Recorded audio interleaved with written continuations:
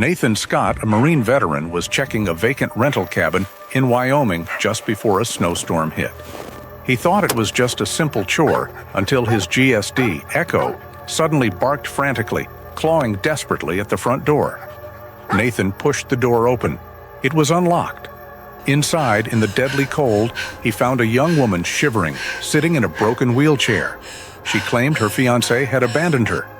But as the storm howled outside, Nathan realized something far more dangerous than the weather was right there in that room with him. Please support us by subscribing to the channel. The wind in this part of Wyoming didn't just blow, it scoured. It scraped the high plains clean and whistled through the pines of the Wind River Range with a sound like a distant warning. Nathan Scott felt the change in pressure before he saw it. He stood on the porch of his isolated cabin, hands braced on the railing. He was a tall man, built with the lean, durable strength of someone who had spent his life in hard places. His brown hair was a little long, unruly, and streaked with silver at the temples, though he was only in his early 40s. His face was weathered, etched with lines of sun and stress that made him look harsh until you saw his eyes. They were a deep, quiet gray, marked by a profound, lingering sadness. A thick, well-kept beard covered the scars on his jaw, remnants of his time in the Marine Corps. He wore his cold-weather uniform, an old, cracked brown leather jacket left unzipped, revealing a plaid flannel shirt in shades of navy, gray and pale beige beneath it. Faded denim and heavy work boots completed the look. He was a man who had intentionally erased himself from the world, and he looked the part. At his feet sat Echo. Echo was a 4-year-old German shepherd, but he lacked the typical black and tan markings. Instead, his coat was a striking, wolf-like mix of silver, gray, and white, making him blend perfectly with the granite and aspen landscape. He was Nathan's shadow in every way, a silent partner in an existence defined by loss. Echo had been with Nathan for 2 years, adopted from a rescue, and their bond was forged not in shared joy, but in a shared, quiet grief. Nathan grieved his wife, Kate, taken by illness 4 years prior in 2021. Echo, as far as Nathan could tell, grieved whatever life he'd had before. Nathan sniffed the air. The smell was sharp, metallic. Snow. Not just a dusting, but the first heavy, wet storm of the season, coming early and angry. Generators full, Nathan murmured, more to himself than the dog. Wood stacked. Echo's ears twitched, but his eyes remained fixed on the horizon, watching the iron-gray clouds swallow the mountains. He was, like his master, perpetually on watch. The ringing of the satellite phone from inside the cabin was a jarring violation of the silence. Nathan's shoulders tensed. He hated the phone. It was an emergency link, and in his world, any contact was an emergency. He walked inside, his boots thudding heavily on the wooden floor, and picked up the receiver. "Scott? Nathan? Oh, thank goodness I caught you." The voice was thin, crackly with static, but familiar. Grace Mitchell, his nearest neighbor, who lived 12 miles down the mountain. She was a kind woman in her 60s who mostly left him alone, save for the occasional pie left on his porch. "Grace, what's wrong?" "It's this storm, hun. The forecast is just awful. I've got renters in the Aspen cabin, or I'm supposed to. A young couple. They were supposed to check in this afternoon, but I haven't heard a peep. I'm stuck down in Lander." Nathan's jaw tightened. He knew the Aspen cabin. It was 5 miles deeper into the woods, down a treacherous logging road. "What do you need, Grace?" "Could you just check on it? I'm worried sick. If they're not there, just make sure the door is locked tight. If they are there, just tell them the emergency kit is under the sink. I just have a bad feeling." He looked through the window. The first fat, wet snowflakes had begun to drift past the glass. This was a bad idea. It was the exact opposite of everything he stood for, leaving his fortress, involving himself, interacting. But Grace was the only person who had shown him kindness since Kate passed, and she never asked for anything. "I'm heading out now, Grace. I'll check it. You stay safe." "Bless you, Nathan. I mean it." He hung up without another word, grabbed his keys and motioned to the dog. Echo, load up. The shepherd's ears perked. A change in routine. He bounded ahead, waiting by the door of the old pickup truck. The drive was slow. The logging road was already turning slick, the heavy snow beginning to cover the mud. Nathan's hands were steady on the wheel, his eyes scanning the trees line, a habit from a different life that he couldn't break. Echo sat rigid in the passenger seat, his head high, sniffing the air as it came through the heating vents. After 20 minutes of careful driving, they pulled up to the Aspen cabin. It was smaller than Nathan's, a simple A-frame set back in the trees. It was also dark, no lights, no car in the drive. "They're not here," Nathan said, relief in his voice. "Good, stay." He zipped his leather jacket halfway, pulled his collar tight, and stepped out into the swirling snow. He was halfway to the porch when the world exploded in sound behind him. Echo was frantic. He threw himself against the passenger side window, his deep, rapid barks muffled by the glass, his paws scrambling at the door. It wasn't a warning bark. It was a 5-alarm fire. "Echo, knock it off!" Nathan yelled over the wind. The dog only got louder, his barks turning into desperate howls. A cold dread settled in Nathan's stomach. Echo never did this. Nathan went back and opened the truck door. Echo shot out like a bullet, a gray and white streak against the snow. He ignored the surrounding woods, ignored the perimeter, and ran straight to the cabin's front door. He reared up, his front paws hitting the wood with a solid thud, and began clawing at the paint, barking with a ferocity that made Nathan's hand automatically move to his hip, though he carried no weapon. "What is it, boy?" Nathan joined the dog on the porch, his eyes scanning. No tracks, but the snow was coming down hard. "Grace, anyone here?" he called out. Echo whined, a high, desperate sound, and clawed again at the door. Okay. Nathan put his gloved hand on the doorknob. It was unlocked. His military training took over. He pushed the door open slowly. "This is Nathan Scott. Grace Mitchell asked me to check the cabin." The interior was freezing, darker than it should be. The air was still, heavy with the cold and something else. A faint, expensive-sounding perfume, completely out of place. "Hello?" Echo pushed past him, heading for the main room. Nathan followed, his senses on high alert. And then he saw her. She was huddled in the far corner, almost invisible in the gloom, sitting in a modern, lightweight wheelchair. She was wrapped in one of the cabin's thin, decorative blankets. Her blonde hair was matted and tangled, her face pale, her lips tinged with blue. She was shivering so violently that the entire wheelchair rattled softly on the wooden floor. Nathan stopped, his mind trying to process the scene. He looked closer and saw that one of the chair's large wheels was bent at a sickening angle, the spokes broken. The woman looked up, her eyes wide with a terror so profound it seemed to have frozen her. "Ma'am?" Nathan said, his voice softer than he intended. Echo approached her slowly, sniffing, the barks replaced by a low, questioning whine. "Please, don't hurt me," she whispered, her voice a dry rasp. "I'm not going to hurt you." Nathan took a slow step forward. "I'm Nathan, Grace Mitchell's neighbor. Are you hurt?" He left me," she stammered, tears freezing on her pale cheeks. My fiancé, Vincent. We had a fight. He just left me. He took the car. He said I was worthless." She gestured feebly at the broken chair. "He pushed me and it broke. He just left me here." Nathan looked at the woman, then at the useless wheelchair, and then out the window at the snow, which was no longer drifting. It was a whiteout. This cabin was not winter-proof. It had no firewood, no generator, and the pipes would freeze within hours. She wouldn't last the night. His own cabin was 2 miles away. It was a fortress. He was a man who wanted nothing to do with the world, but the world had just landed on his doorstep. He sighed, a long, frustrated breath that turned into a cloud of white.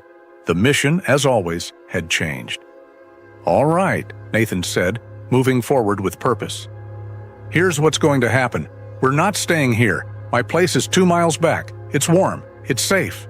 She flinched as he approached. I can't. The chair? I see that. He knelt in front of her. I'm going to pick you up. We're going to my truck. Do you understand?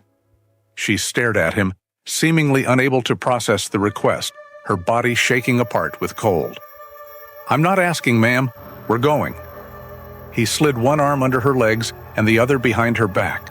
She was lighter than he expected, almost frail. She let out a small, terrified gasp, but didn't fight him. He lifted her easily, the blanket still wrapped around her. Echo, heel. The shepherd, his duty as an alarm now complete, fell into position at Nathan's left heel. Nathan Scott, a man who had walked away from humanity, turned his back on the empty cabin. He carried the strange, broken woman out onto the porch and stepped into the blinding chaos of the storm, his dog at his side. The 2 miles between the cabins was a fight. The wind tried to rip Emma from Nathan's arms, and the snow was so thick he navigated by memory rather than sight. He moved with a grim, relentless pace, his head down, his body shielding hers. Echo, a gray ghost, stayed pressed against his leg, his presence a steady, reassuring pressure. The instant Nathan kicked the heavy oak door of his cabin open, the sound of the world changed. The deafening, high-pitched scream of the wind was instantly muffled, replaced by a deep, resonant howl from the chimney. Echo scrambled inside first, his claws making a light clicking sound on the floor, and immediately shook a cloud of snow from his thick coat. Nathan followed, securing the door shut with his boot and a heavy thud of the deadbolt. The sudden warmth and quiet of the cabin was a physical shock. "All right, I'm putting you on the couch," he said, his voice clipped, professional. He carried her to a worn, overstuffed sofa that sat opposite a massive stone fireplace. He set her down gently, but without ceremony. She landed on the cushions, feeling the agonizing pins and needles as the blood began to return to her frozen limbs. She instinctively tried to hide the sensation, pressing her lips together to keep from crying out. A paralyzed woman wouldn't feel that. She watched him. He didn't fuss. He was all economy of motion. He crossed to the fireplace, added 3 large logs to the embers, and used a bellows to coax them into a roaring blaze. The heat began to roll across the room. "Stay," he commanded. It took Emma a second to realize he was speaking to Echo. The dog, who had been sniffing her boots, immediately retreated to a circular rug by the hearth. He lay down, paws crossed, but his head was up. His gray eyes were fixed on her, unblinking, analytical. He was not growling, not threatening. He was just watching. Nathan disappeared into a small kitchen and returned with a heavy mug. "Coffee? Hot. Drink it." "Thank you," she whispered, her voice trembling. Her hands, when she reached for the mug, were shaking so violently she almost dropped it. He knelt, his movements sure and impersonal. He took her hands in his own. His were rough, calloused, and radiated an almost painful warmth. He held her hands around the mug, forcing her to grip it. "Hold it. Feel the heat. Drink it," he repeated. She obeyed, sipping the scalding, bitter coffee. It burned a trail down her throat and ignited a small fire in her chest. My chair," she said, trying to make her lie sound solid. "He broke it. I don't know." "It's in the truck," Nathan cut her off, standing up. "It's useless in this. The snow is already 3 feet deep at the door. You're not going anywhere." His tone wasn't cruel, just blunt. It was the voice of a man stating an undeniable fact. He was suspicious, she could feel it. A thick, palpable aura of distrust rolled off him. He was a man who had walled himself off from the world, and she had just been carried over the ramparts. He went to a closet and pulled out 2 thick, heavy wool blankets. They were clean but old, the color of oatmeal, the edges bound in faded satin. He tossed one onto her lap. "The cold is in your bones," he said. "Get out of the wet clothes. Put this around you." He turned his back, giving her a semblance of privacy. Emma's fingers fumbled with the buttons of her designer coat. The coat alone was worth more than this entire cabin. The lie felt heavy and clumsy on her tongue. I can't. My legs. I can't do it alone." Nathan paused. He let out a long, slow breath through his nose. He turned back, his gray eyes hard. "Right, the blanket. Wrap it over everything. We need to get your core temperature up." He didn't offer to help her. He just watched, his expression unreadable, as she struggled to drape the heavy wool over her damp clothes. He was a man accustomed to hardship, and her performance of helplessness seemed to bore him. While she worked, he moved through the cabin, checking windows, securing shutters. The wind hammered at the small building, a physical assault. The lights flickered, then went out, plunging the room into the warm, dancing glow of the fireplace. Nathan didn't hesitate. He lit 2 oil lamps, their flames casting a gentle amber light. "Generator will kick in," he said, "but I prefer the quiet." The quiet. The only sounds were the roar of the wind outside, the crackle of the fire, and the soft, rhythmic breathing of the dog. Echo had not moved. He was still watching her. His vigilance was unnerving. It was a pure, animal judgment that she couldn't charm, couldn't bribe, and couldn't lie to. This was when the true weight of her deception began to settle on her. Emma Collins, a woman whose net worth was a matter of public speculation, sat huddled in a stranger's cabin, wrapped in a threadbare blanket. Her lie, which she had crafted as a desperate tool to test Vincent, felt obscene here. She looked around. There was no art on the walls, only functional shelves made of reclaimed barnwood. They were filled with worn-out paperbacks, their spines broken. She saw books on diesel engine repair, Wyoming history, and classical philosophy. There was no marble, no chrome, no glass. The floor was wood, scarred, and uneven. The furniture was old but immaculately kept. This was not a house designed to impress. It was a house built to survive. Her eyes landed on the mantelpiece, a single slab of rough-hewn pine. There was only one object on it, a framed photograph. It showed Nathan, younger, smiling, his arm around a woman with bright, laughing eyes. Kate. This cabin was not just a shelter, it was a shrine to a life that had been lost. It was a place of profound, simple honesty. Nathan, this suspicious, hardened man, had brought her into his home without question. He had taken her from the cold, given her warmth, given her coffee, and demanded nothing in return. His kindness was not a transaction, it was a reflex, as basic and as powerful as the storm outside. She, in turn, had brought a lie into this sanctuary. She, who could buy 100 of these cabins and not notice the expense, was pretending to have nothing. She was using her paralysis as a shield, a story to gain sympathy. Here, in the face of true Spartan reality, her lie felt like a cheap, gaudy jewel. It was heavy and it was cold, and she was ashamed. "Thank you," she whispered again, but this time the words were not for the coffee. Nathan, who was standing by the window, looking out at the white void, didn't turn. For what? For helping me. "Don't thank me," he said, his voice flat. "I didn't do it for you. I did it for Grace. And I did it for the dog. He doesn't like to see things freeze." He turned, and his gray eyes met hers. "We're trapped here. The plows won't run this road for at least 3 days, maybe a week." He walked over, picked up the second wool blanket, and dropped it on Echo.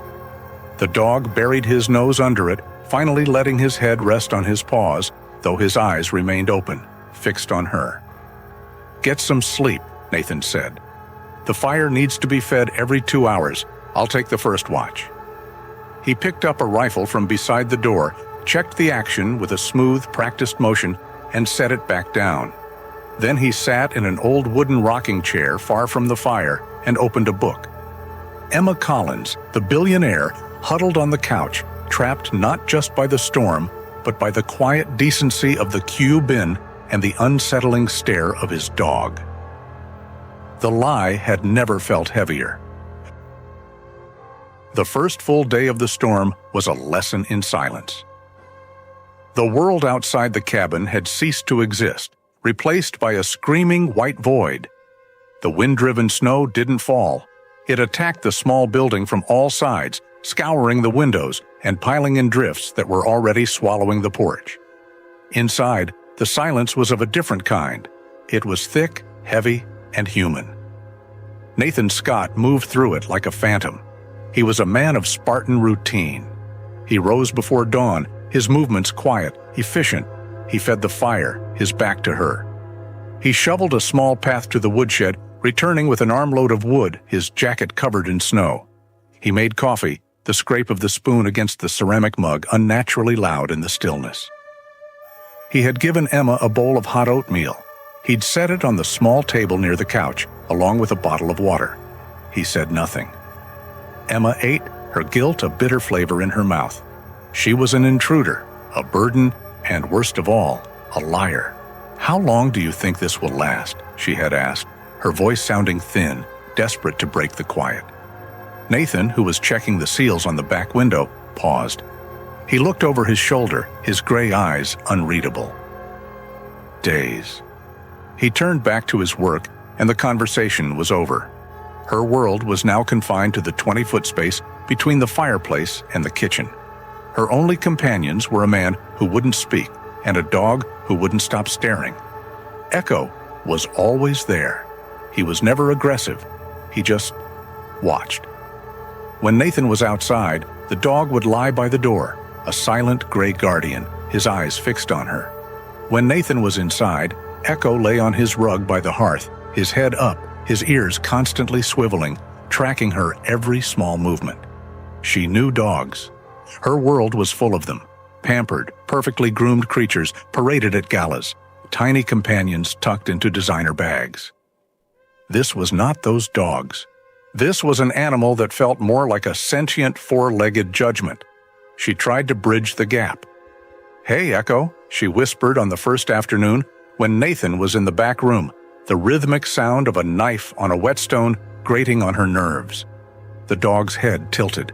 His ears, large and alert, pivoted toward her. It's quite a storm," she said, feeling foolish. "I'm glad you and your dad found me." Echo simply stared. He did not wag his tail. He did not stand up. He offered her nothing.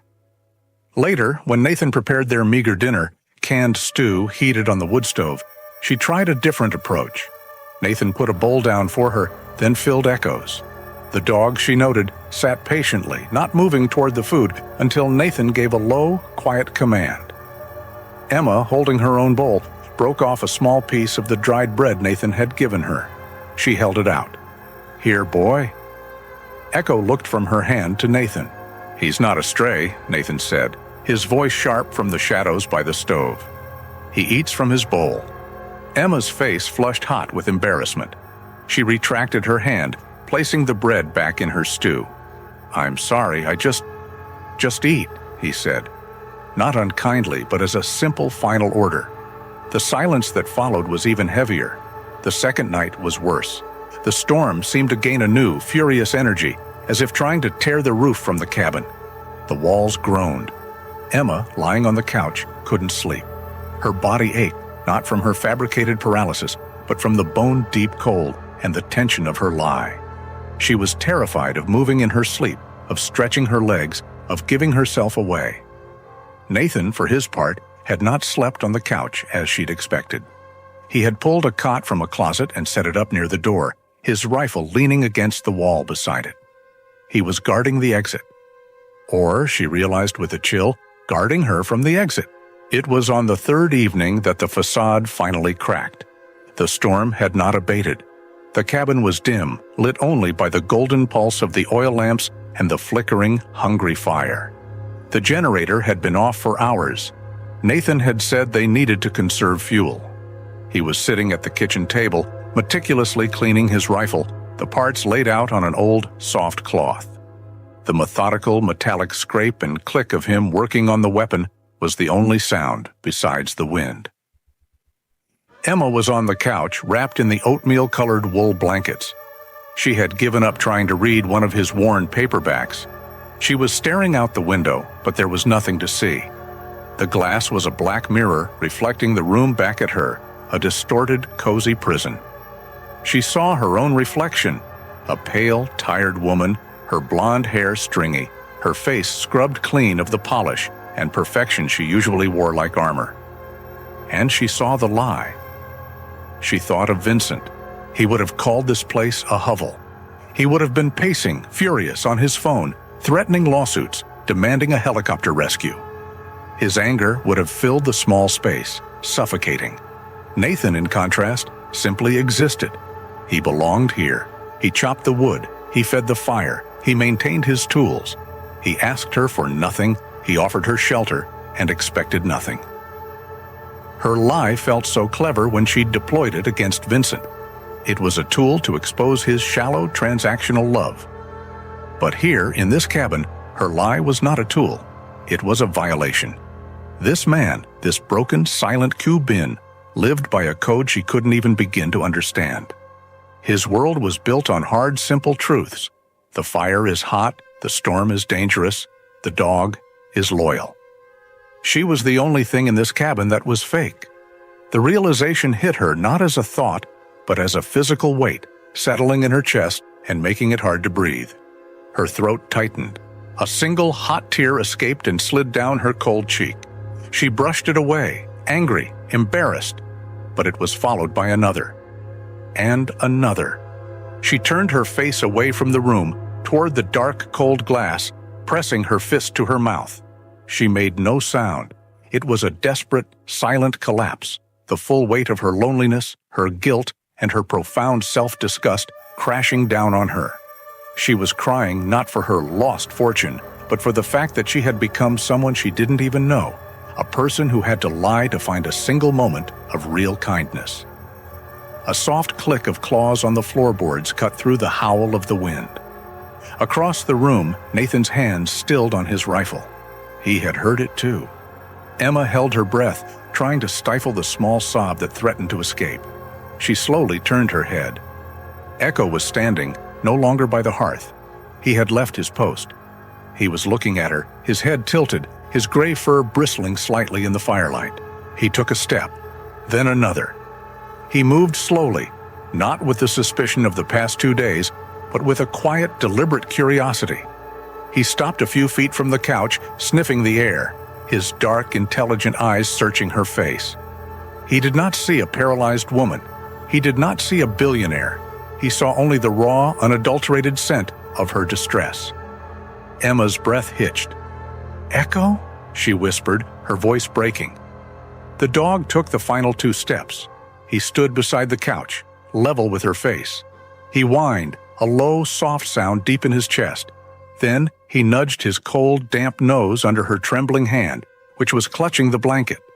Emma flinched, a small gasp escaping her. Echo nudged her hand again, more insistently this time. And then, with a long, slow sigh that seemed to release all the tension in the room, he rested his heavy, broad head directly on her knees, right on her lap. His eyes, no longer watching her, closed. It was a gesture of complete, unconditional surrender. A gesture of comfort. For a long moment, Emma was frozen. Then slowly, tentatively, she lifted her hand and rested it on his head. Her fingers sank into the thick, warm fur of his ruff. He leaned into the touch, a barely perceptible movement, and sighed again. Across the room, Nathan Scott sat perfectly still. He did not move. He did not breathe. He was staring, his knuckles white on the steel of his rifle. He was watching his dog, his Echo, the dog who hadn't offered his trust to a single soul since Kate died. The dog who was his partner, his shadow, his last line of defense against the world. And that dog had just laid his head in the lap of a stranger, offering a comfort Nathan himself had forgotten how to give. Nathan looked from the dog to the woman, and for the first time, the hard, suspicious set of his jaw softened. The first crack had appeared in the ice. The next morning, the climate inside the cabin had shifted as profoundly as the landscape outside. The storm's violent, screaming rage had settled into a heavy, suffocating silence. The snow was no longer falling. It was simply there, a white wall past every window. The tension between Nathan and Emma, however, had broken. When Emma awoke on the couch, stiff and cold, the first thing she saw was Echo. He was not on his rug by the hearth. He was asleep on the floor next to her, his gray head resting near her feet. When Nathan emerged from his room, he stopped, his gaze fixed on the dog, He looked at Emma, and for the first time, the suspicion in his eyes was replaced by something else, a deep, profound confusion. Echo had chosen. The silent, watchful judgment of the past 2 days was gone. When Emma stirred, the dog's tail thumped twice on the wooden floor. He lifted his head, nudged her hand, and gave a low, quiet whine. Nathan just watched. He made coffee, his movements just as precise as the day before, but the rigid set of his shoulders had eased. He brought her a mug, his hand pausing as Echo pushed his head under Emma's other hand, demanding attention. "He seems to have made a decision," Emma whispered, her voice rough with sleep. "He's a dog," Nathan said curtly, but the words lacked their previous bite. He handed her the coffee. "He doesn't know any better." But he did. Nathan knew that dog. Echo was the last living piece of his old life, the last connection to Kate. The dog had been a shell since she passed, just as Nathan was. For Echo to open up to this stranger, it was a betrayal or a miracle, and Nathan didn't know which. The day wore on in this new, awkward truce. The snow had stopped, but they were buried. The drifts were easily 6 feet deep against the windows, casting the cabin in a dim, gray light. Nathan spent the morning outside, his movements punctuated by the rhythmic scrape of a shovel. He was clearing the porch, the path to the woodshed, and a small area for Echo. Emma was left alone in the main room, and she was trapped. Nathan had, at some point, retrieved her broken wheelchair from his truck. It sat in the corner, a useless, mangled piece of modern technology. She was confined to the couch or to dragging herself to the small adjacent bathroom, a humiliating, exhausting process she performed only when Nathan was occupied elsewhere. The cabin, which had felt like a cozy sanctuary, now felt like a cage. The living room was on a slightly lower level than the kitchen and the main door. 3 shallow, wide steps, that was the barrier. 3 steps that, in her charade, were as unscalable as the mountains outside. She wanted to see the sky. She wanted to smell the air. She felt the cabin fever, the claustrophobia, pressing down on her. Nathan returned, snow-caked on his beard and clinging to his eyelashes. He stamped the snow off his boots and shed his heavy leather jacket. He didn't look at her, but he saw her. He saw her staring at the 3 steps, her gaze fixed on the front door as if it were an exit to another universe. He saw the helplessness, and for the first time, he didn't see it as a burden. He saw it as a problem to be solved. He walked past her into the kitchen, poured a mug of coffee, and stood there for a long minute, just staring at the 3 steps. Emma watched him. He looked at the steps, then at the wheelchair, then at the steps again. A muscle in his jaw twitched. Then, without a single word, he set his mug down, walked to a large storage closet, and pulled out a measuring tape. He went to the steps. He measured their height. He measured their width. He wrote the numbers down on a scrap of wood with a carpenter's pencil. He went to the front door, opened it, and disappeared into the blizzard-white world. Emma listened. She heard the sound of the door to his workshop, a separate, smaller building attached to the woodshed, creaking open. Then, silence. It was broken, minutes later, by the sharp, rhythmic rasp of a handsaw cutting through lumber. Emma's heart seemed to stop.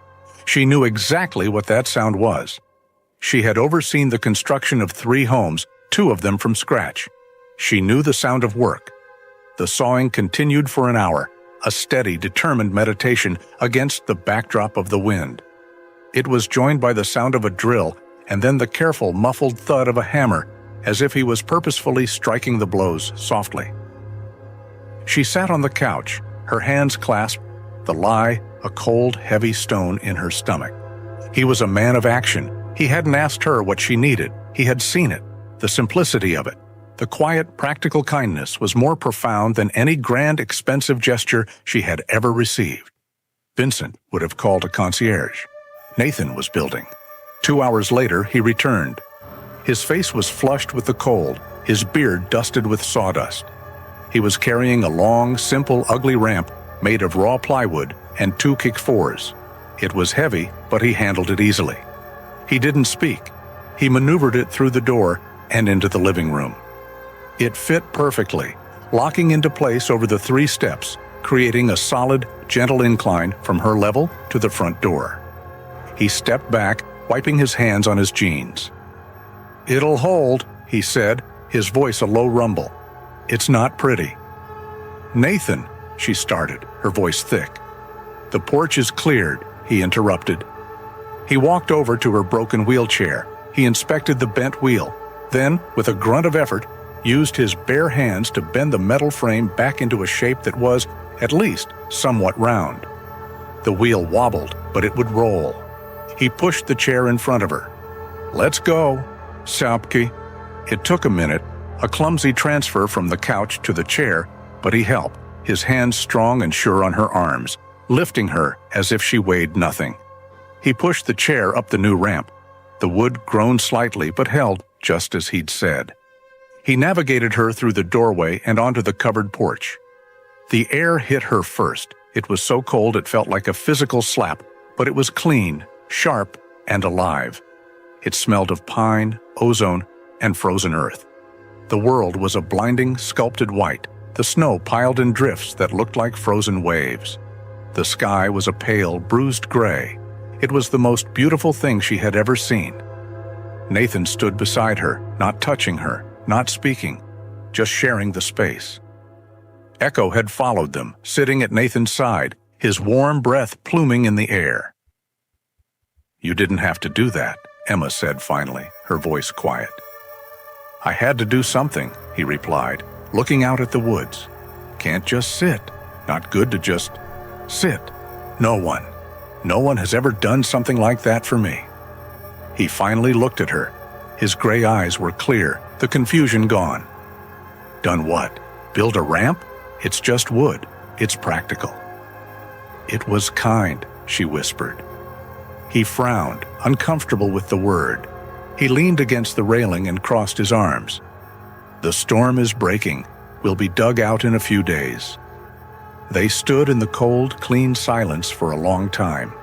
The only sound was the wind, now a gentle whisper, and the soft drip of snow melting from the eaves. "Why do you live out here?" she asked, breaking the silence. "All alone." Nathan didn't answer for a full minute. He watched a blue jay land on a snow-covered branch. "I'm not alone," he said, nodding toward Echo. "You know what I mean." He sighed. The sound was heavy, full of a weariness that went beyond the storm. "I live here because it's the only place that makes sense. The world out there." He gestured vaguely. "It's too loud, too fast. People don't listen." He paused, then continued, his voice softer. "My wife, Kate, she loved this mountain. She was a geologist. She understood things, quiet things, rocks, time." He touched the rough-hewn log that supported the porch roof. "We built this place together. After my last tour, it was supposed to be our fortress, our quiet place." He fell silent. Emma waited. "She passed 4 years ago, 2021. The quiet. It's different now, but it's all I have left of her." He looked at Emma, his eyes raw. "I'm not hiding out here, Ms. Collins. I'm just trying to hold on to the quiet. This," he tapped the log again, "is all that's left." Emma looked at the strong, simple ramp he had built. It wasn't just wood. It was an answer. He was a man who fixed what was broken. "Kate," Emma said, testing the name. "She must have been very special." "She was," Nathan said, turning his face back to the mountains.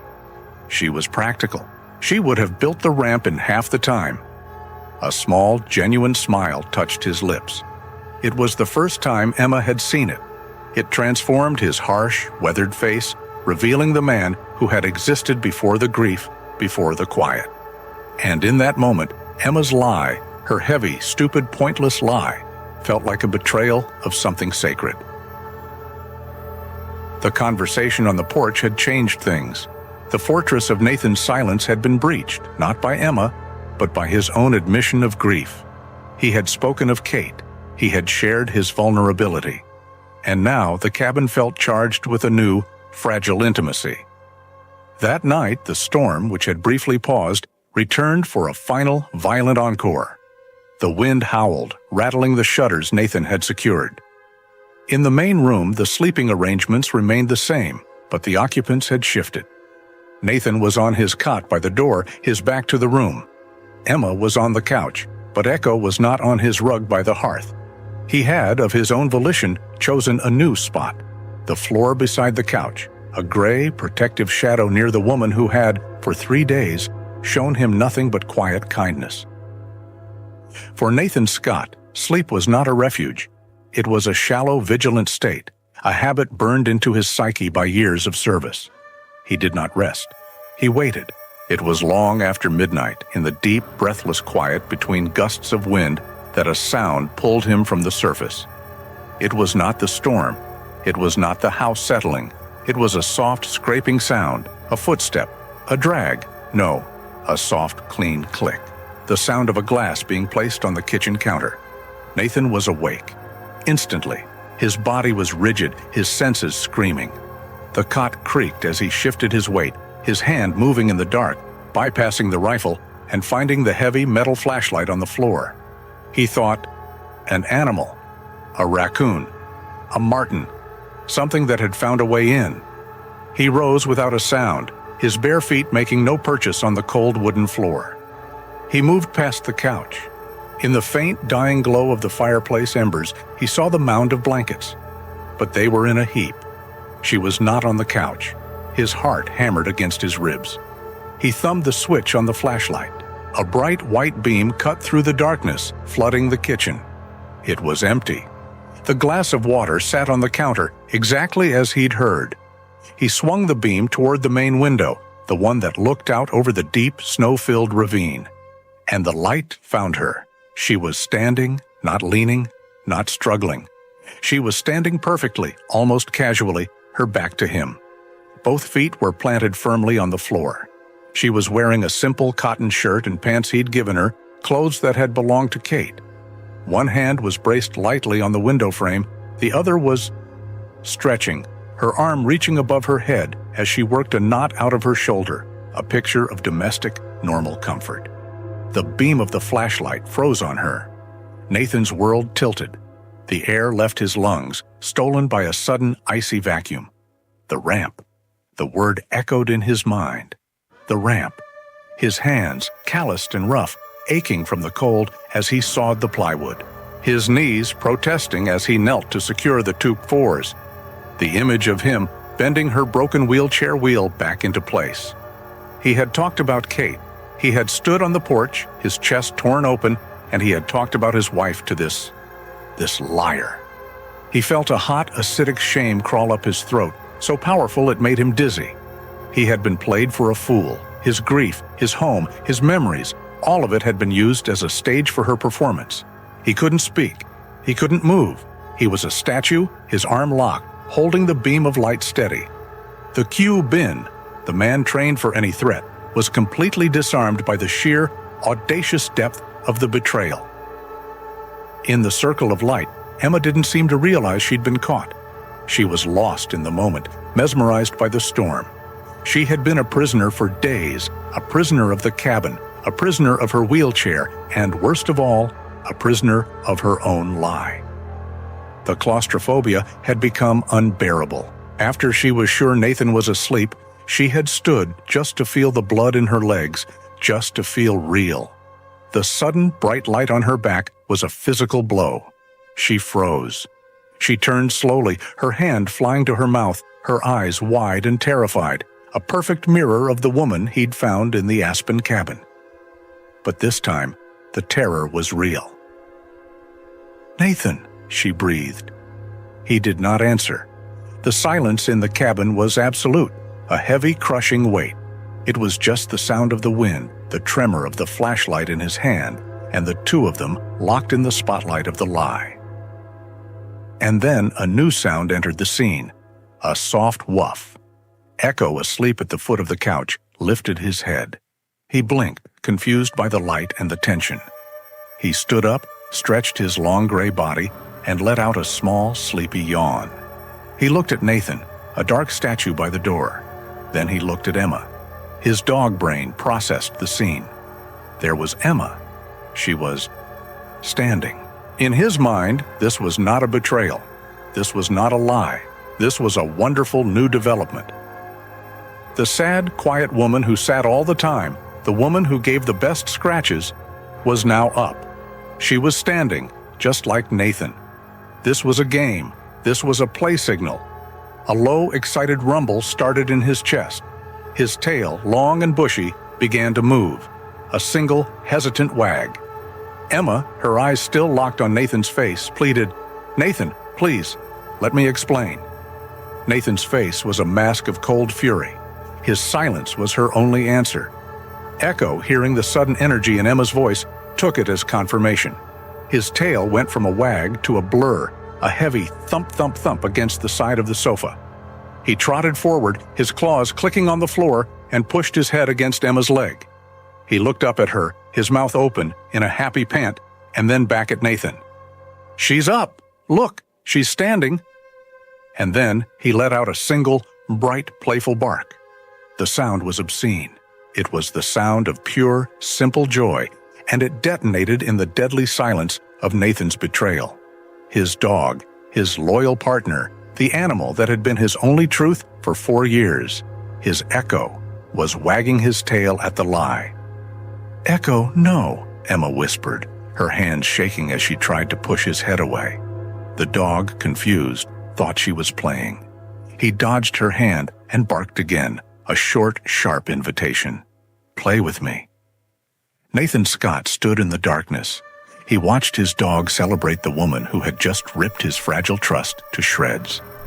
He watched Emma, her face pale, her lie exposed. He did not speak. He did not yell. With a slow, deliberate movement, he lowered the flashlight. The beam dropped from her face to the floor. Then, with a final, sharp click, he turned the light off. The cabin was plunged back into total darkness, save for the faint red glow of the dying embers. The only sound was the wind and the confused, happy panting of the dog who had just illuminated the truth. Dawn arrived not as a sunrise, but as a change in the quality of the darkness. The world outside the cabin windows slowly shifted from a howling, kinetic black to a still, bruised gray. The storm, having exhausted its fury, was over. And in the silence, the betrayal was deafening. Nathan had been up since before the light, his movements rigid, precise. He did not look at Emma. He did not speak. The man who had, just the day before, shared a vulnerable piece of his past, was gone. In his place was the QU bin, a cold, efficient machine. He fed the fire. He made coffee, 1 mug. He fed Echo. Emma sat on the edge of the couch, her feet planted firmly on the floor. The lie was over. There was no point in pretending. She was dressed in the clothes he had given her, Kate's clothes, and the shame of it felt like a physical weight. Echo was a knot of confused energy. He whined, a low, anxious sound, and moved between them.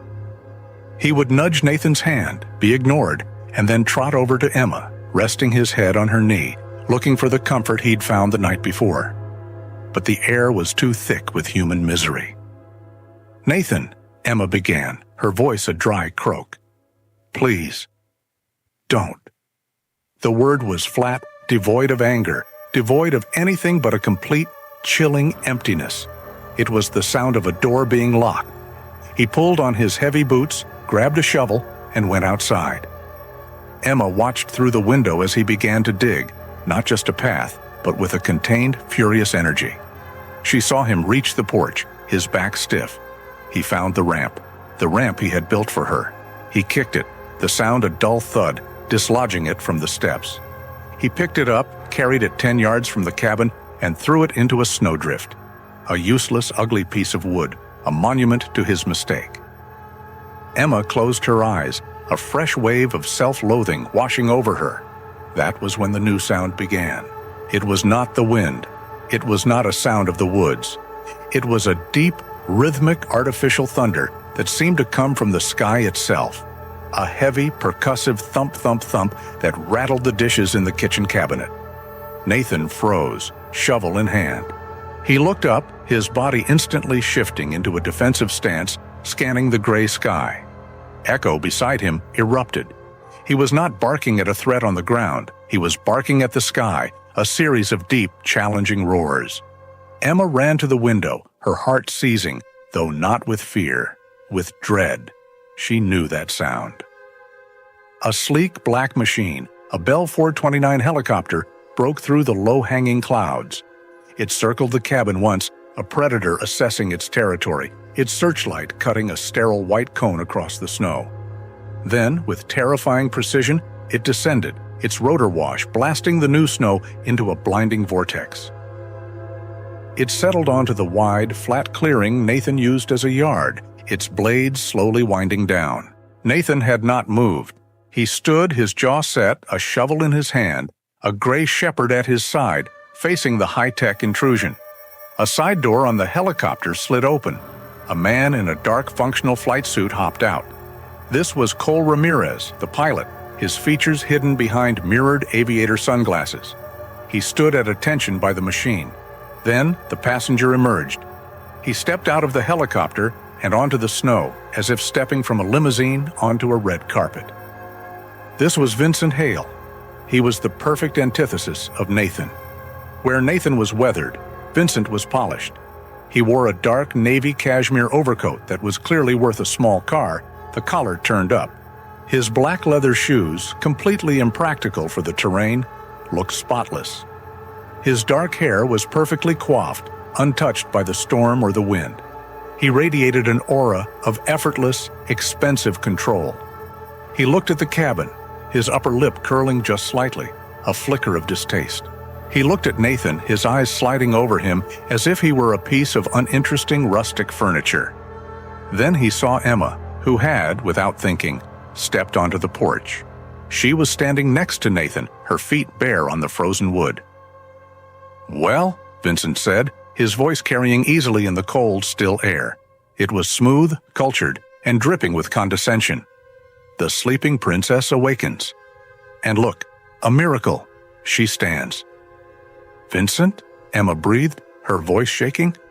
How did you find me?" Vincent gave a short, indulgent laugh, as one would at a child's foolish question. "Emma, darling, please.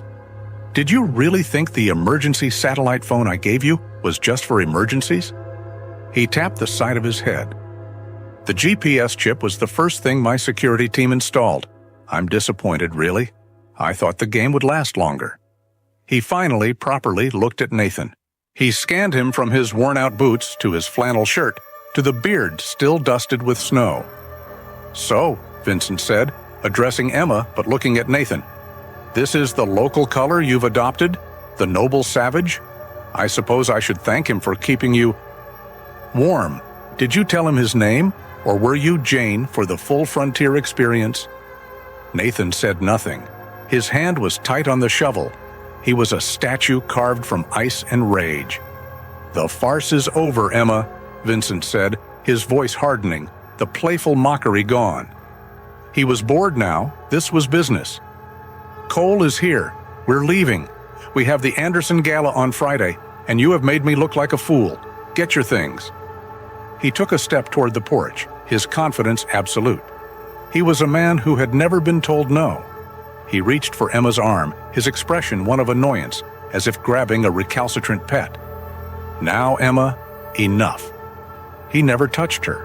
A low, guttural sound rumbled from the snow, a sound so deep it seemed to vibrate in the air. Echo, who had been standing silently at Nathan's side, had moved. He was now at the bottom of the porch steps, perfectly positioned between Vincent and Emma. His ruff stood on end, making him look twice as large. His gray fur bristled, his lips curled back just slightly, revealing a white flash of teeth. The sound that came from him was no longer a confused whine. It was a deep, resonant, and utterly serious warning growl. Vincent Hale, a man who controlled boardrooms and markets, flinched. He physically recoiled, taking a full step back. His polished facade cracked, revealing the coward beneath. "Nathan," Emma said, her voice sharp with panic, but Vincent, assuming the dog belonged to the mountain man, snarled, "Call off your animal, you." Nathan didn't move. He didn't speak. He just watched. Vincent turned back to Emma, his face ugly with anger. "Emma, I am not playing. Get on the helicopter, or I swear—" Echo took one more step, and the growl became a hard, sharp snap of the air. And in that moment, something inside Emma shifted. She looked at Vincent, a man who saw her as an accessory, a man who had just admitted to tracking her like property. She looked at Nathan, a man she had deeply betrayed, who was now standing, silent and steady, on her side of the standoff.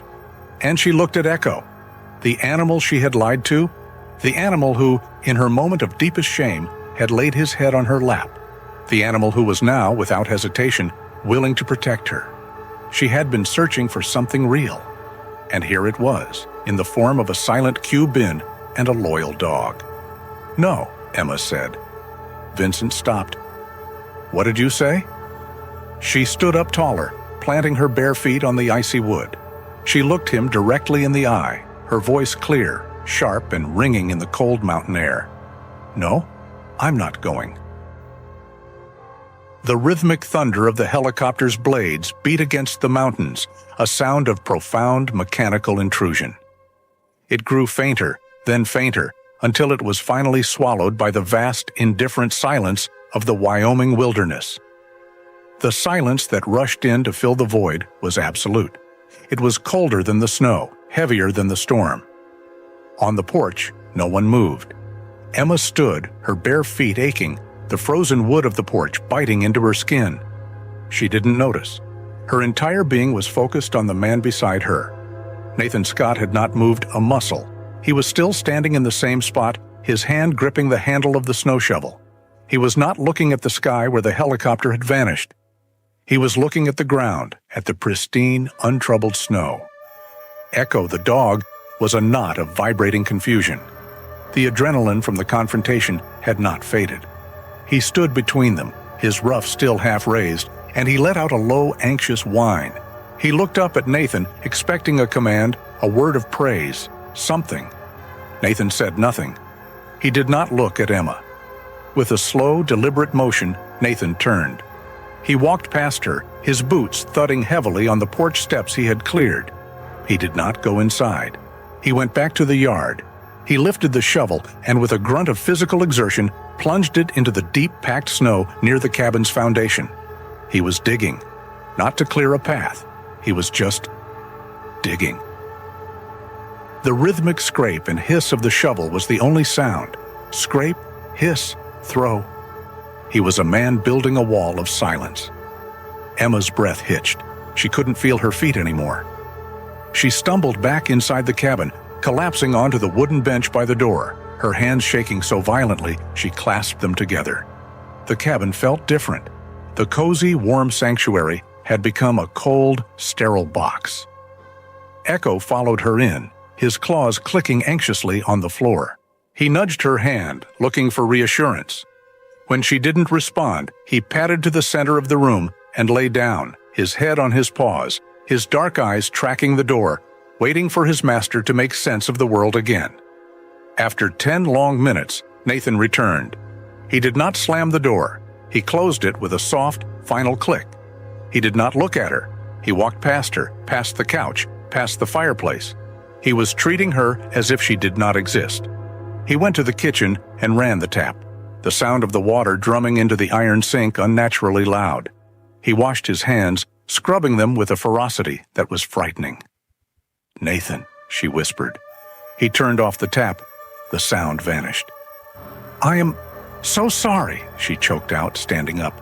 I never meant—" He turned around slowly. His face was a mask. The warmth she had seen on the porch yesterday, the man who had spoken of Kate, was gone. The Q bin was back. His gray eyes were flat, cold, and looked straight through her. "Sorry for what?" he asked, his voice a low, empty rasp. "For lying? Or for getting caught?" "No, it wasn't like that. I was trying to escape him. The money, the world I was in, it's a cage. I needed to know if... I don't care about your money." He said it so quietly, it was more brutal than any shout. He walked past her, into the center of the room. He looked around, his gaze falling on the ramp he had thrown into the snow. His jaw tightened. "I don't care that you're rich," he said, his voice dangerously low. "I care that you lied." He faced her.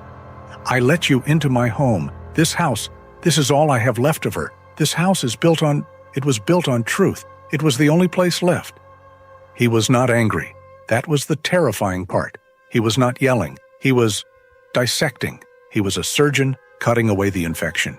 And she was the infection. "I built a ramp for you," he said, his voice flat, stating a fact. "My hands, they ached from the cold. I wasted lumber on it. Nathan, please." "I talked to you," he continued as if she hadn't spoken. "On that porch. I said her name. I talked about Kate." He winced, a flicker of profound pain crossing his face. "I haven't said her name to another person since the funeral, not in 4 years." Emma was crying now, silent tears of shame. It wasn't a joke, wasn't it? I was desperate. And what about him?" Nathan's voice finally cracked, not with sadness, but with a sudden, hot fury. He pointed at the dog. Echo, hearing the tension, had risen to his feet. "He trusted you," Nathan snapped. "He laid his head in your lap. He chose you. His trust is the only clean, honest thing I've had in my life since she died." He stepped closer, his gaze pinning her. "His trust is real. And you took that. You took it, and you used it." He looked at the dog and his voice broke, but he recovered it instantly, turning the brake into a blade. He barked. He thought you were a game. He wagged his tail at your lie. You turned my dog, my Echo, into a joke. This was it, the core of the betrayal. It wasn't the house, or the wood, or even the memory of Kate. It was the dog. It was the corruption of the one pure thing he had left. "I lost Kate," he said, his voice dropping back into that Arctic void. "This place, this quiet, was all I had to hold on to. Trust was the only thing I had left to give, and you turned it all into a game. See if the mountain man and his mutt are stupid enough to fall for it." He shook his head, a small, disgusted motion. "Well, congratulations. We were." He turned his back on her. The confrontation was over. The verdict was in. He picked up a log and moved toward the fireplace. What do you want me to do?" she whispered, her body trembling. "Do you want me to leave? I can call Vincent back." Nathan's back was to her. He knelt by the fire, opening the iron grate. The rush of air made the embers glow. "I don't want anything from you," he said, his voice muffled, distant. "The helicopter is gone. The roads are still blocked. You're still trapped here. Just stay on your side of the room, and don't talk to the dog." He placed the log in the fire. It was not forgiveness. It was not a reprieve. It was a sentence. He was not kicking her out. That would have been too easy, too clean. He was, instead, erasing her. He stood up, dusted his hands off, and walked to his cot. He picked up the book he had been reading days before. He sat down and opened it. The coldness was absolute. His refusal to engage, his dismissal of her as a human being worthy of even anger, was a far more brutal punishment than anything Vincent could have imagined. Emma sank onto the couch. She was no longer a person. She was a ghost, trapped in a house with a man who could no longer see her. She looked at Echo. The dog whined, caught in the no-man's land between the two hostile forces. He looked at Nathan, but his master's face was hidden by a book. He looked at Emma, but she was broken. He padded back to his rug by the hearth, lay down, and placed his head on his paws. The bridge of trust was gone. Emma Collins sat in the heavy, suffocating silence. She finally understood. She had broken the one thing in this entire, harsh, beautiful landscape that money could not buy, and that apologies could not fix. She had broken trust. The night was long and cold. Emma didn't sleep. She sat on the couch, wrapped in the wool blankets, listening to the cabin settle and creak around her. Every rustle of the fire, every groan of the ancient wood seemed to amplify the crushing weight of Nathan's silence. He hadn't moved from his cot by the door. She knew he wasn't sleeping. She could feel his quiet vigilance, a palpable wall of unforgiveness. Echo, too, seemed to sense the shift. He lay on his rug by the hearth, his head on his paws, but his eyes were open, tracking her in the dim light. He would whine occasionally, a soft, questioning sound, looking from Emma to Nathan, as if begging them to make sense of the new, terrible chasm that had opened between them. But neither spoke. As dawn broke, painting the snow-covered world outside in hues of bruised violet and cold pink, Emma knew what she had to do. Staying was pointless. It was a prolonged agony for everyone, especially for Nathan, who now saw her as nothing more than a living embodiment of betrayal. She had her phone, the satellite phone Vincent had given her, the one with the GPS chip that had brought him here. She had kept it hidden, a last link to her old life, a desperate tether she hadn't been ready to cut. Now it was her only way out. She waited. She heard the distinct sounds of Nathan preparing to go outside. The scrape of his shovel from the porch yesterday was gone. Today she heard the more purposeful thud of his heavy boots, the creak of the door to his woodshed. He was leaving. He was going into the forest, as he usually did when he needed to distance himself from the world. Today she was the world he was distancing himself from. She heard the crunch of his boots on the packed snow growing fainter, the gentle thud of the woodshed door closing. He was gone. The cabin was silent again. Just her and Echo. The dog watched her, his ears slightly lowered. Emma slowly, carefully, slid her hand under the cushion of the couch, retrieving the sleek, dark satellite phone. The cold, smooth plastic felt alien in her hand compared to the rough wool blankets and the worn wood of the cabin. She powered it on. The screen glowed, a sterile blue light in the dim room. She had reception. Her fingers trembled as she navigated to her contacts. She knew the number by heart. It was the private, direct line to Simon Clark, her personal driver and head of security for all her family's ground operations. Simon was a man of quiet competence who asked no questions and executed every instruction with military precision. He was in his late 50s, always impeccably dressed, a former Special Forces operative who now navigated the intricate world of private jet logistics and secured transportation with the same unwavering efficiency. She typed the message, short, direct, no emotions. Simon, location, GPS coordinates auto-filled by phone, require immediate extraction, private chopper or ground vehicle, whichever is fastest. Ensure discretion, do not involve Vincent Hale. She pressed send. The small sent confirmation flashed on the screen. It would take hours, perhaps the better part of the day, for Simon to arrange it. The nearest private airstrip was in Lander, and a ground vehicle would take even longer to navigate the newly cleared but still treacherous roads. She had time to leave a piece of herself behind. She found an old, worn piece of paper on Nathan's kitchen table, a discarded shopping list, half scribbled. She found a pen, its ink barely flowing, and she began to write. She didn't write an apology. Nathan wouldn't accept it. She didn't write an explanation of her wealth or her gilded cage. He wouldn't care. She wrote a confession. She wrote about the emptiness that had driven her to such desperate lengths. The superficiality of her life, the transactional nature of every relationship, especially with Vincent. She wrote about how his love was a calculation, a commodity. She wrote about the profound loneliness that had led her to create the lie, to escape, to test if anyone would see her, not her money, not her status. She wrote about finding Nathan, about the jarring reality of his existence, the simple, raw honesty of his cabin, the way he moved, the way he worked, the way he guarded his pain like a precious, fragile thing. She wrote about Kate, about the stories he'd shared on the porch, the way his face had softened. She spoke of the courage it must have taken for him to open that wound, to trust her, even for a moment.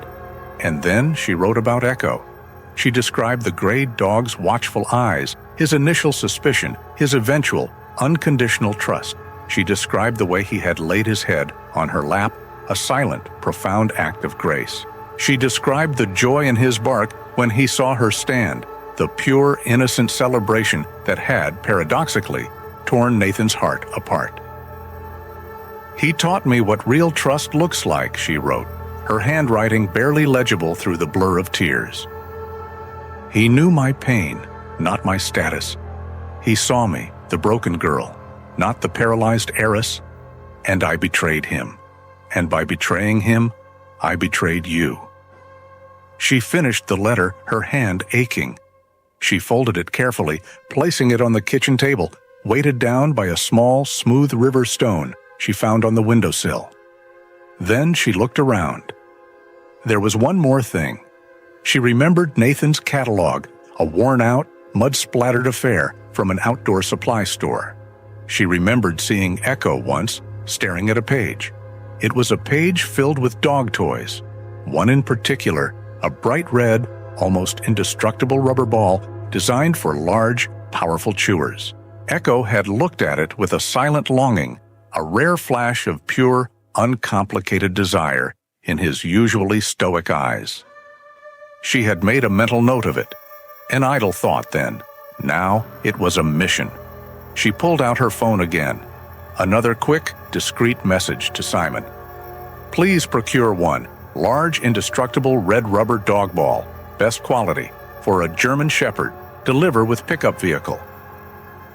It was a small thing, a ridiculously small thing, given the circumstances. But it was a silent, sincere apology to the only creature in this cabin who had offered her unconditional acceptance. It was a tangible piece of her gratitude and her remorse. She looked at Echo. He was watching her. "I'm sorry, boy," she whispered, her voice cracking. "I'm so sorry." He whined softly, a sound of shared sorrow. Emma sat down on the couch again, her body empty, her mind numb. She just waited. She waited for Simon. She waited for the final, irrevocable end of this strange, painful, utterly real chapter of her life. She waited for the moment she would leave the quiet, the man and the dog she had broken. 3 weeks. The world had returned to its original state of silence. The roads were plowed, the sky was a high, brilliant blue, and the snow had formed a deep, glittering crust over the land. Nathan, Scott, and Echo were, once again, alone. But the silence was no longer peaceful. It was hollow.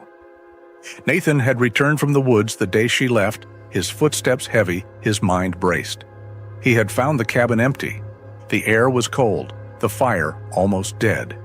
He had seen the letter on the kitchen table. He had read it. Once, then he folded it, placed it in the small metal box where he kept Kate's letters, and locked it. He had not read it again. He had also found the ball. It was sitting on the rug by the hearth.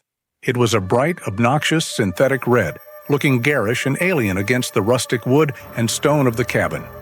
It was, as she had ordered, large, heavy, and seemingly indestructible. He had looked at it, his jaw tight. A toy, a token. Then Echo had seen it. The dog approached it, sniffed it, and neutered it with his nose. The ball rolled. Echo's ears, which had been drooping for days, suddenly perked. He pounced. For 3 weeks, that red ball had been the third presence in the cabin. It was the first thing Echo looked for in the morning, and the last thing he nudged, slobber-covered, into Nathan's hand at night. The sound of it, a heavy thump on the wooden floor, a soft whump as the dog caught it, had become the new rhythm of the house. Nathan hated it. He hated it because it was a reminder. He hated it because it was a bribe. And in his darkest, most honest moments, he hated it because his dog, had accepted it. Echo, who had been his stoic partner in grief, was now, once again, just a dog, finding simple, uncomplicated joy in a gift from a woman who had shattered their world. Every time Echo dropped the ball at his feet, his gray tail wagging, his eyes bright, Nathan felt a fresh sting of betrayal. He would ignore the offering, turn his back, and wait for the dog to give up. But Echo never gave up. He just waited, his tail slowing, and nudged the ball against Nathan's hand, a silent, persistent question. Today was supply day, the first one since she had left. The drive into town was tense. The roads were clear, but the air in the truck was thick. Echo, who usually sat in the passenger seat, his head high, was in the back, curled up, the red ball tucked between his paws. The small town of Pinedale was waking from its frozen slumber. Nathan parked, pulling his collar tight. He went to the post office, the same small brick building he visited once a month. He unlocked his P.O. box. Inside, the usual pile of junk mail, a new supply catalog, and one thick formal envelope. It was from the Wyoming Regional Bank. A cold dread, sharp and familiar, settled in his stomach. He was late. He was always late. He had been shuffling payments, borrowing from Peter to pay Paul, ever since Kate's medical bills had wiped them out. He knew what this was. A warning, the next step toward foreclosure. He shoved the mail into his jacket pocket, his jaw set. He bought his supplies, coffee, flour, dog food, his movements clipped, his answers to the checkout clerk a low monosyllable. He drove home. The silence in the truck was absolute. Back in the cabin, he set the groceries on the counter. The air was cold. He needed to rebuild the fire. Echo, sensing his master's dark mood, stayed on his rug, the red ball held loosely in his mouth. Nathan sat at the kitchen table. He stared at the envelope. He might as well get it over with. He ripped it open. It wasn't a warning. It was a single sheet of thick, cream-colored paper. He read the dense legal language, his mind struggling to catch up. Pleased to inform you that the outstanding mortgage on property, 14 Delta Sierra, has been satisfied in full. A zero balance statement is attached for your records. We thank you for your business. He read it again, and a third time. It was a mistake. It had to be. He scanned the document for a name, a reason, and he found it at the bottom in a crisp, clear digital signature. Sincerely, Isabel Grant, Vice President, Loan Servicing. And just above that, in the payment details section, Payer of Record, Collins Group Holdings. The room went very, very quiet. The blood drained from Nathan's face, then rushed back, a hot, prickling tide of pure, unadulterated rage. He shot to his feet, the chair scraping back with a harsh, tearing sound that made Echo flinch. Paid. The word was a violation. He slammed his fist on the table. The coffee mug jumped, rattling against the counter. No, he growled, the word a low, dangerous sound. She had bought him. She had taken his silence, his pain, his pride, and she had put a price tag on it. She had walked away, and as a final, arrogant gesture, she had thrown her money at his problems. She had reduced him to a charity case, a project, a stray she could feel good about rescuing with her checkbook. All his life, as a Marine, as a man, he had lived by a code. You stand on your own. You do not take what you have not earned. His pride was all he had left, and she had just taken that too. He was pacing the cabin, his hands clenched, his breath coming in short, sharp gasps. He wanted to hit something. He wanted to burn the letter. He stopped in front of the fireplace. He looked at the photo of Kate. Her bright, laughing eyes seemed to mock him.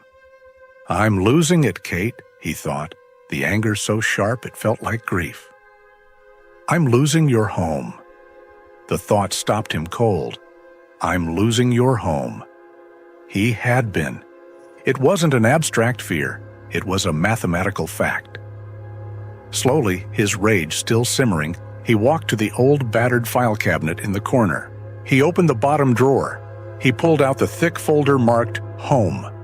He dumped the contents on the table, a cascade of threatening red-stamped envelopes, past due notices, and complex interest statements. He found the original loan document from 2019. He looked at the principal. The number was astronomical. It was a weight he had carried for so long he had forgotten what it felt like to stand up straight. He looked at the interest-only payments he was barely making, the balloon payment that was looming, the one that would have, without question, destroyed him. He saw the letters from the bank, the ones he had ignored, the ones where Isabel Grant's name was printed, not signed, above threats of legal action. He was not losing this place. He had already lost it. He was just too proud to admit it. He sank into the chair, the anger draining out of him, replaced by a hollow, profound emptiness. He looked at the official letter again. Paid in full. He thought of her letter. The one in the box? The confession? He taught me what real trust looks like. I betrayed him. She hadn't paid him for his silence. She hadn't bought him off. She, a woman trapped in a cage of money, had seen his cage, the one built of debt. The chain that tied him to this land, a chain that was about to be pulled tight by the bank. This wasn't an act of power. It was an act of liberation. She wasn't paying him off. She was protecting him. She was protecting Kate's legacy. She was giving him the one thing she had an abundance of, so he could keep the one thing he had left. She was not buying him. She was setting him free. The understanding settled over him, heavy and complex. It wasn't forgiveness. It wasn't gratitude. It was just a fact. As solid and as real as the ramp he had built, and just as practical. A soft, wet whoomp interrupted his thoughts. He looked down. Echo was at his feet.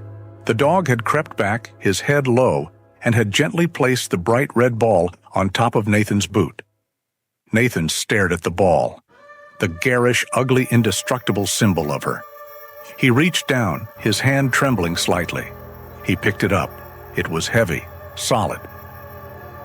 Echo let out a low, hopeful whine, his tail thumping once on the floor.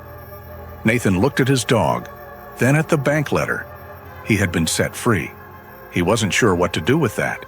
But for the first time in 3 weeks, he looked at the red ball, and he didn't feel anger. He just felt the weight of it in his hand.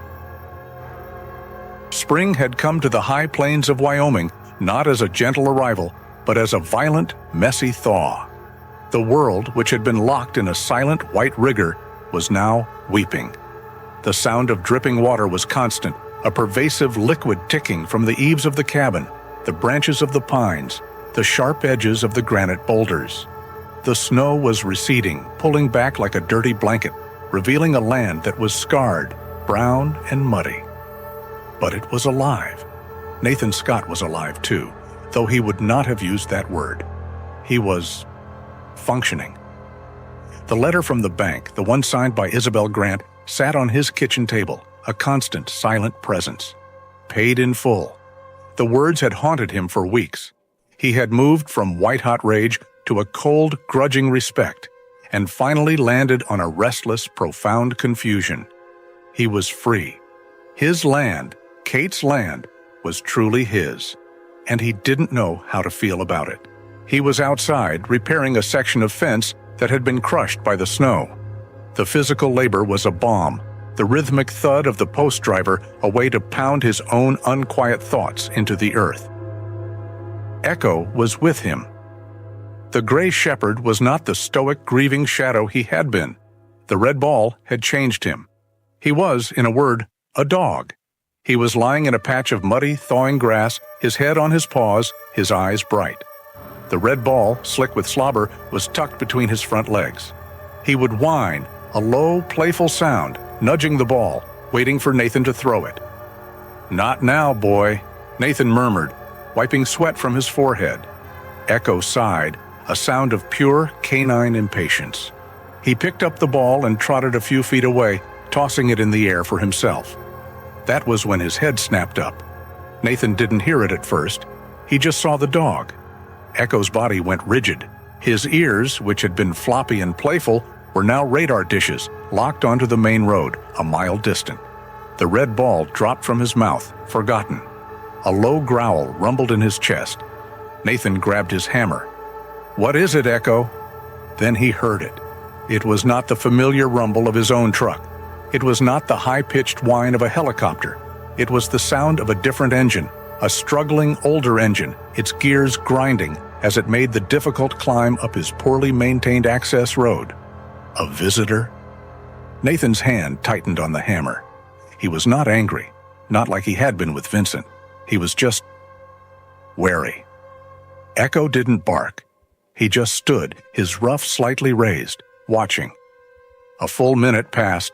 Then an old blue Ford pickup truck, its body pockmarked with rust and its muffler complaining, emerged from the tree line. It was not a vehicle of wealth or power, it was a vehicle of work. It pulled to a stop 20 yards from the cabin, the engine idling for a moment before dying with a sputtering cough. Nathan and Echo stood their ground. The driver's door creaked open. A heavy work boot, caked in mud, planted itself on the gravel. Then she stepped out. It was Emma, but it wasn't. This was not the pale, terrified, paralyzed woman from the Aspen cabin. This was not the sharp, defiant, well-dressed woman who had faced Vincent on the porch. This woman wore faded denim jeans, a simple wool sweater, and sturdy boots. Her blonde hair was tied back in a practical, messy ponytail. Her face was clean of makeup, her cheeks whipped red by the spring wind. She looked tired, she looked nervous, and she looked utterly, completely real. She closed the truck door with a soft, metallic click. She did not move toward them. She just stood by the truck, her hands shoved deep in her pockets as if to prove she was holding no weapons, offering no gifts. Nathan Scott's heart was a cold, heavy stone in his chest. He walked slowly toward her, the hammer still in his hand, a weight for his own balance. Echo stayed at his heel, a silent gray shadow. He stopped 10 feet from her. She looked at him, her eyes clear. She was not crying. She was not pleading. She was just here. The silence stretched, filled only by the sound of melting snow, the drip, drip, drip from the eaves. Nathan spoke first. His voice was rough, like gravel. "What are you doing here?" Emma swallowed. I just came to see."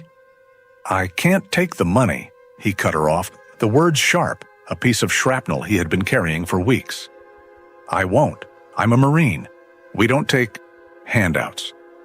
His pride, the last stubborn thing he had, was laid bare. Emma looked at him, and she did not flinch. She did not look ashamed. She nodded, as if she had expected this. "I know," she said, her voice quiet but firm. "It's not for you." Nathan's brow furrowed. "What?" "The money wasn't for you, Nathan," she said, taking one small, respectful step closer. "It was for the bank. I didn't give you anything. I took something away from them. They were going to take this land. They were going to take Kate's legacy. And I stopped them." She looked past him, at the cabin, at the land, at the mountains. "This place, it's what you said. It's the only quiet left. I couldn't let them. The banks, the world I come from, pave it over." She looked back at him, her gaze unflinching. "You don't owe me anything. You never did. The debt is gone. It's done. I didn't come back for that." "Then why did you come back?" he asked, his voice still hard, but the edge of his anger was blunted. Emma's facade cracked just for a moment, a flicker of vulnerability. "I came back," she whispered, "to see Echo." The name hung in the air, and the name was a trigger.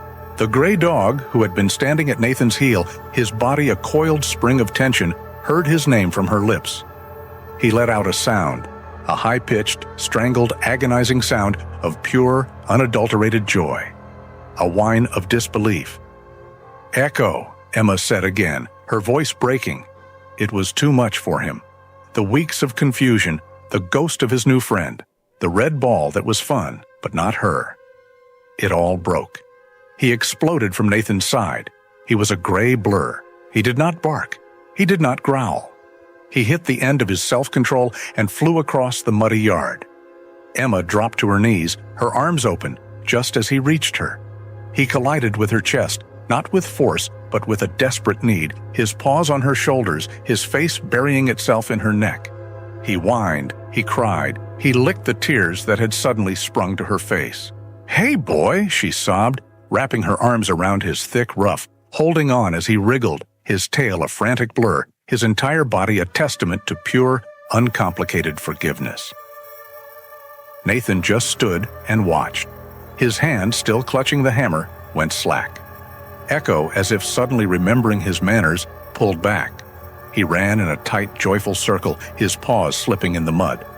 Then he seemed to remember one more thing. He ran back to the spot where he'd left the red ball. He snatched it up, his movements quick, and ran back to Emma, who was still kneeling in the mud. He dropped the ball, slick and dirty, directly into her lap. Then he pushed it with his nose, his eyes bright. "You're back? You're back? Throw it." Emma laughed, a wet, broken sound. She picked up the ball. Nathan watched his dog, his partner, the animal who had seen through her lie, and then seen through his anger. The dog who had, in its simple, honest heart, forgiven her completely. He had been holding on to his pride, his anger, his grief like a shield. And the dog, with a muddy red ball, had just walked right through it. He looked at Emma, kneeling in the mud, her face a mess of tears and dirt and joy, her hands wrapped around the toy she had given him. A long, slow breath left Nathan's chest. It was a sound he hadn't made in 4 years. It was the sound of a post being set, of a battle ending, of a long, cold winter finally, truly, breaking. He dropped the hammer. The heavy tool thudded softly on the wet earth. Emma looked up, her face frozen, waiting for the verdict.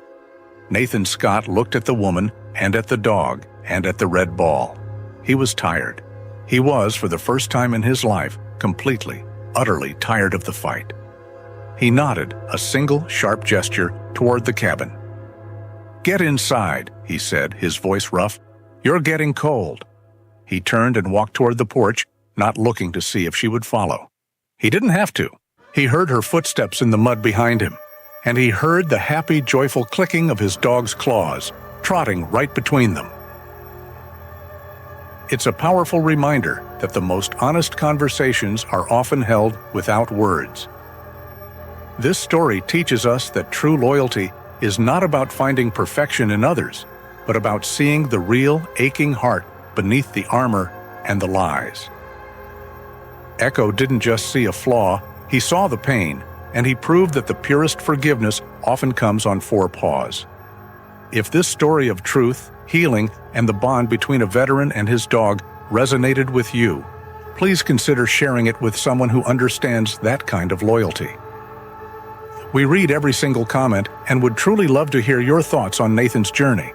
Your support by subscribing helps us continue to share these tales. Thank you for listening. Our newest story is ready and waiting for you. Just click the video that has just appeared on your screen.